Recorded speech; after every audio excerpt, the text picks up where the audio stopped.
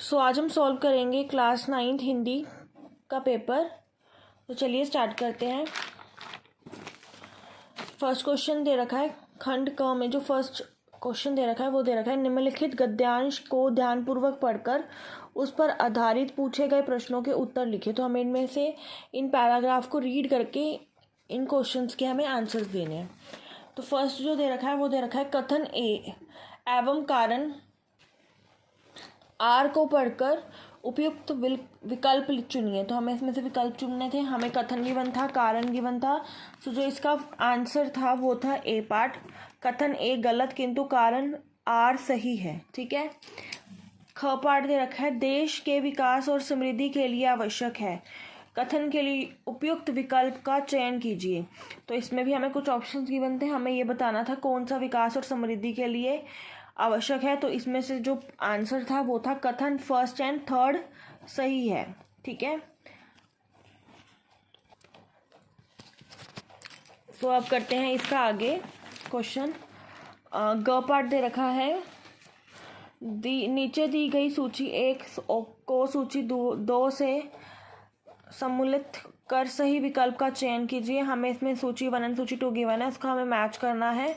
सो जो इसका जो आंसर था वो था करेक्ट बी पार्ट। ठीक है। क्वेश्चन 2 दे रखा है निम्नलिखित काव्यांश को ध्यानपूर्वक पढ़कर उस पर आधारित पूछे गए प्रश्नों के उत्तर लिखिए। इसमें हमें एक पोएम टाइप सी गिवन है, उसके हमें आंसर्स गिवन है। क पार्ट दे रखा है काव्यांश में अक्षर बनते चिंगारी से क्या आशय है। इसका जो आंसर है वो है बी पार्ट क्रांतिकारी विचारों का उदय। ख पार्ट है काव्यांश का मुख्य संदेश क्या है, उचित विकल्प का चयन कीजिए। तो जो इसमें आंसर सही है वो है, इसके हमें यहाँ पे कुछ विकल्प का चयन करने के लिए दिए हुए हैं डिसाइड करने के लिए, लेकिन इसका जो हमें पार्ट विकल्प चुनने हैं वो यहाँ से चुनने हैं कि कौन सा सही है। तो जो इसका आंसर है वो है डी पार्ट कि विकल्प first and third and fourth सही है। ठीक है। उसके बाद हमें ग पार्ट दे रखा है कथन ए एवं कारण। इसमें भी कथन ए और आर मतलब रीजन एंड एजर्शन गिवन है, उसको हमें सही आंसर बताना। तो इसका जो सही आंसर है वो है सी पार्ट कथन ए सही है और कारण आर कथन ए का सही वाक्य है। तो जो इसका आंसर है वो है सी। यहाँ पे नीचे कुछ क्वेश्चंस गिवन है, पीछे भी कुछ क्वेश्चंस गिवन थे। खंड ख इसमें दे रखे निर्देश अनुसार उपसर्ग और प्रत्यय पर आधारित निम्नलिखित 5 प्रश्नों में से सही किन्हीं 4 प्रश्नों के उत्तर लिखे। तो पहले दे रखा है प्रत्यक्त शब्द में प्रयुक्त उपसर्ग पहचान कर लिखिए। तो उपसर्ग जो है वो है परि प्लस त्यक्त। तो परि हमारा क्या है, उपसर्ग। सब उपसर्ग से हमें कोई एक शब्द बनाना था जो कि स्वतंत्रता या फिर हम सत्य या कुछ भी बना सकते थे। सत्य नहीं बनेगा, स्वतंत्रता और स्वप्रयोग।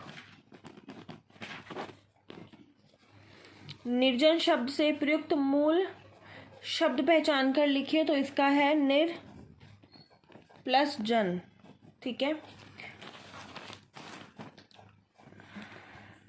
नैसर्गिक शब्द में निहित प्रत्यय पहचान कर लिखिए। इसमें जो प्रत्यय है वो है इक।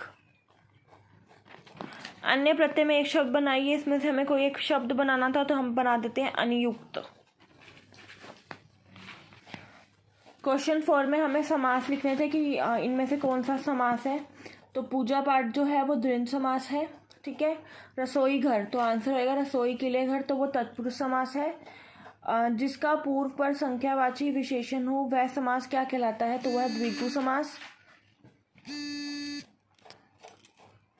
उसके बाद है कर्मधारय समास का एक उदाहरण लिखिए। तो कर्मधारय का हो गया महात्मा।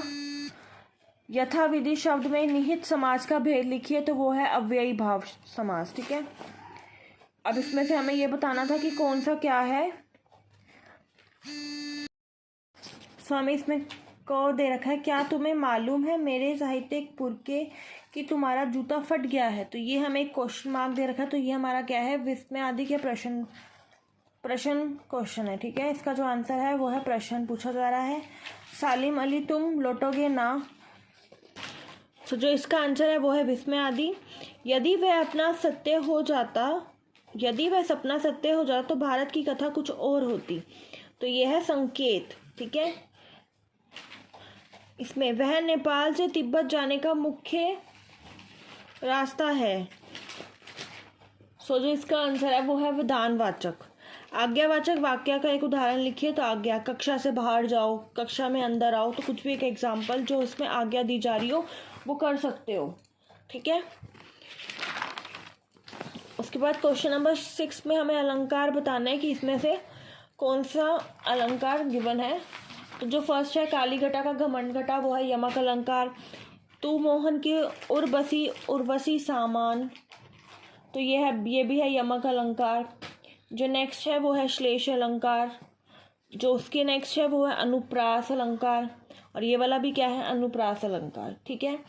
खंड ग में जो दे रखा है क्वेश्चन नंबर 7, उसमें हमें कंसिस्ट पैसेज रीडर का गिवन था, उसके हमें आंसर देने थे। इस गद्यांश में तुम शब्द का संबोधन किसके लिए हुआ है, तो वो हुआ है प्रेमचंद के लिए। ठीक है। नेक्स्ट है जूता हमेशा टोपी से कीमती रहा है। इस कथन में जूता किसका प्रतीक है, जो प्रतीक है वो है फर्स्ट एंड शक्ति एंड धन संपत्ति का। जो ग पार्ट दे रखा है उसमें जो आंसर हमारा सही है वो है सी पार्ट, क्योंकि इसमें हमें कथन ए एंड कथन एजर्शन एंड रीजन गिवन थे, तो हमें बताना था कि कौन सा सही है। तो कथन ए सही है और कारण आर कथन ए का सही व्याख्या है। ठीक है। तो चलिए आगे देखते हैं। लेखक को कौन सी बात सबसे ज़्यादा चुभ रही है। तो लेखक को कौन सी बात सबसे ज़्यादा चुभ रही है, वो है जूते पर टोपियों का निछावर होना। तो जो इसका सही आंसर है वो है डी पार्ट। तुम भी जूते और टोपी की अनुपातिक मूल्य के मारे हुए थे। कथन से आशय है, क्या आशय है इसका, जो मतलब क्या मतलब दे रखा है। तो जो आंसर है वो है बी पार्ट। ठीक है। क्वेश्चन 8 में कुछ क्वेश्चन आंसर्स गिवन थे। क्वेश्चन 9 में एक हमें पैराग्राफ एक पोएम टाइप से गिवन थी, उसके हमें आंसर देने थे। तो वो था ब्रिटिश राजा का गहना किसे कहा गया है, वो कहा गया है हथकड़ियों को। ठीक है। नेक्स्ट, ब्रिटिश शासन में स्वतंत्रता सेनानियों को किस प्रकार की यातनाएं दी जाती हैं। प्रस्तुत काव्यांश के आधार पर सही विकल्प का चयन कीजिए। वो है जो आंसर सही है इसमें है सी पार्ट सही है। कथन ए एंड एवं कारण आर को ध्यानपूर्वक पढ़ो। इसमें भी हमें कथन and assertion and reason given थे। जो इसका सही आंसर है वो है सी पार्ट। कथन ए सही है और कारण आर कथन ए की सही व्याख्या है। नेक्स्ट क्वेश्चन में हमें दे रखा है, इसका जो सही आंसर है वो है ए पार्ट और इस वाले का जो सही आंसर है वो है डी पार्ट। ठीक है। क्वेश्चन 10 में हमें प्रश्न उत्तर गिवन है, तो हमें वो करने थे। नेक्स्ट में भी हमें क्वेश्चन आंसर्स गिवन है, वो करने थे। नेक्स्ट में हमें अनुच्छेद था गिवन, उनमें से कोई एक करना था। नेक्स्ट में पत्र में से कोई एक करना था। तो जो हमारे MCQ टाइप क्वेश्चन थे वो हमने इस पेपर के सॉल्व कर लिए हैं।